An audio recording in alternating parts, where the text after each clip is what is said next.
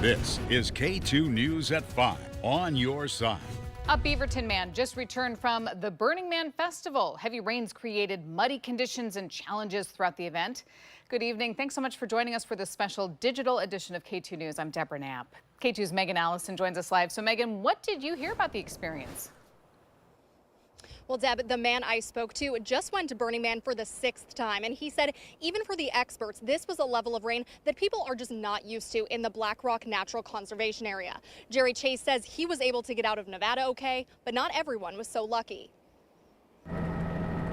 From cars and bikes to even walking around, Jerry Chase says every mode of transportation was a challenge during the downpour at this year's Burning Man Festival. One camper needed to leave to get back to Chicago, so he left Monday afternoon and ended up being in line for 9 hours. We had some other campers that waited for the man to burn and then left Monday night, and they were in line for like 5 and 5.5 hours. When the rain cleared, what was left behind was deep ruts in the road. Chase tells us that led many people to abandon their bikes. The inclement weather kind of brought our camp closer because for 2 nights after having dinner in kind of a communal fashion, we just had to spend our time underneath the shade tents. Chase says ultimately the rain delayed the events of the weekend, but did not deter him from enjoying the experience or considering future visits to the festival. I did talk to Chase about some of the unique things he did to stay safe and dry during this experience. I'll have more on those steps coming up tonight after the game. We're live in Northeast Portland. Megan Allison, K2 News. Megan, thank you. One man was seriously injured following a shooting in Northeast Portland last night. According to Portland police, the shooting took place near Northeast Gleason and 157th Avenue about 11:30 last night.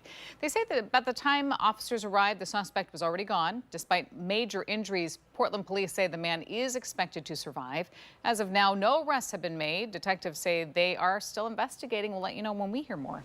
Some new information. 3 people were transported to a hospital after a 3-vehicle crash. Tualatin Fire and Rescue says the crash happened near Northwest Cornelius Pass Road and Sheltered Nook Road.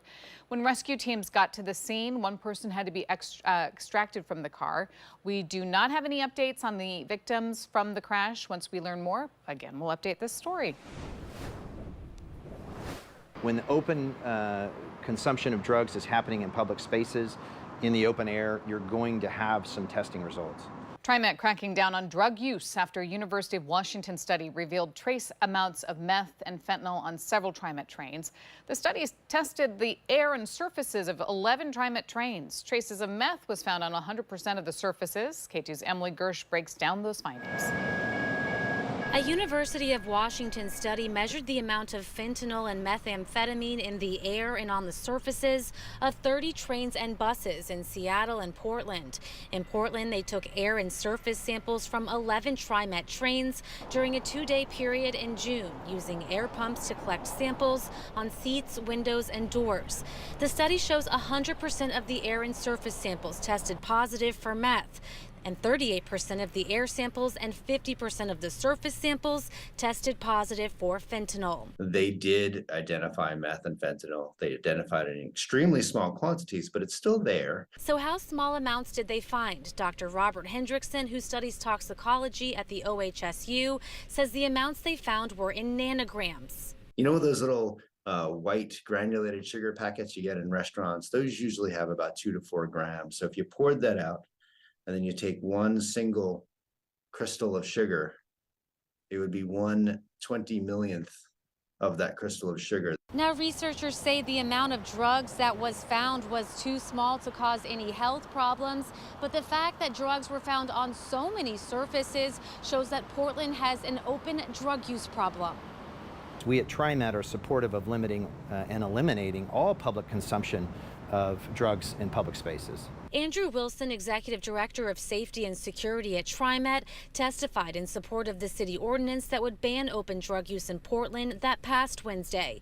He also says TriMet has enhanced cleaning protocols and doubled the number of security personnel since the start of 2022 to send a message that drug use on public transit won't be tolerated. To people that are considering riding the MAX on a bus line they haven't been on in a while, you're going to see a much larger security presence which is by design, and I think that should make everybody, even in light of this study, feel safer.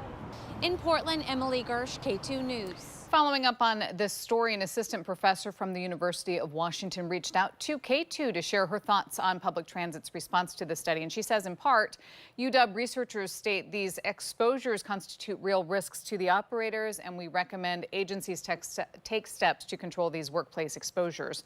Riders are also often have the ability to leave the bus or switch train cars if they are uncomfortable, something operators cannot do, though the primary goal should be ensuring transit is smoke-free. To read the full statement, head to our website at KATU.com. Happening now, Oregon Governor Tina Kotek ordered flags to be flown at half-staff through sunset on Monday. The order is in remembrance of the thousands of people killed in the 2001 terrorist attacks of 9/11. In a statement about the order, Kotek said, as a country, we still carry the pain of that day that forever changed our world. The order only applies to flags at public buildings and institutions. Monday will be the 22nd anniversary of the attacks. 22 years after September 11th, 2 more victims have been identified. A man and a woman who died in the World Trade Center have been identified and their families alerted. Their names are being withheld at the family's request. More than 1,600 victims' remains have been identified. Still more than 1,100 have not been found. More than a third of the remains that have been recovered remain unidentified. Developing news now, Hurricane Lee has weakened to a Category 3 storm in the Atlantic, but it is expected to strengthen again to Category 4 as we get a better forecast of where it's headed. Lee's moving north of the Virgin Islands and Puerto Rico this weekend and early next week. It can still bring some dangerous surf and lift, threatening rip currents to the islands. It's still too soon to know if Lee will impact the U.S. East Coast. The storm will slow down considerably in the southwestern Atlantic. Today, thousands of walkers gathered in East Portland for the annual AIDS Walk. The 1.8-mile walk is Cascade AIDS' 36th, and the event raised more than $252,000 to help raise awareness and provide resources to help end the HIV and AIDS pandemic.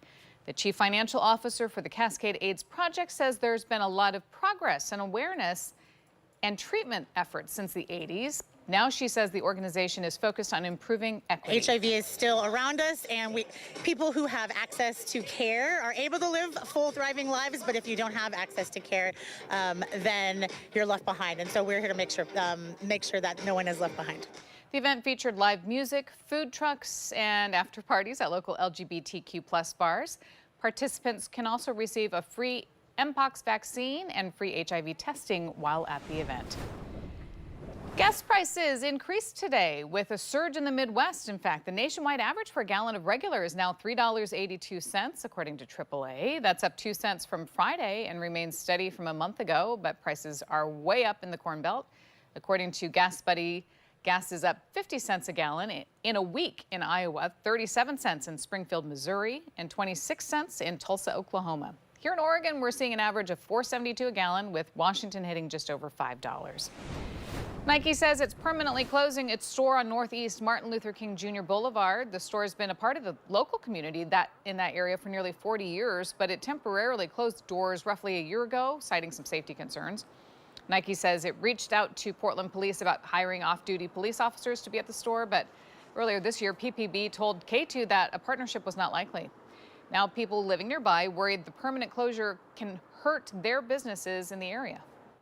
And I've already heard of nearby businesses that are struggling a bit just because they don't have that cross-pollination traffic. Well, the Allens have been in the neighborhood for the past 6 years. They say they've seen an uptick in crime around the store firsthand.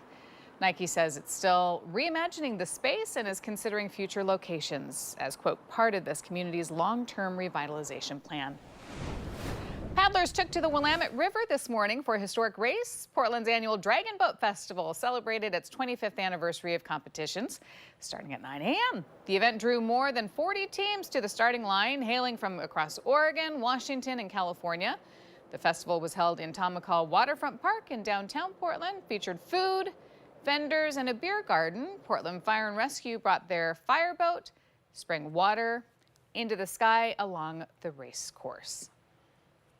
Thanks so much for joining us for this digital edition of KATU News.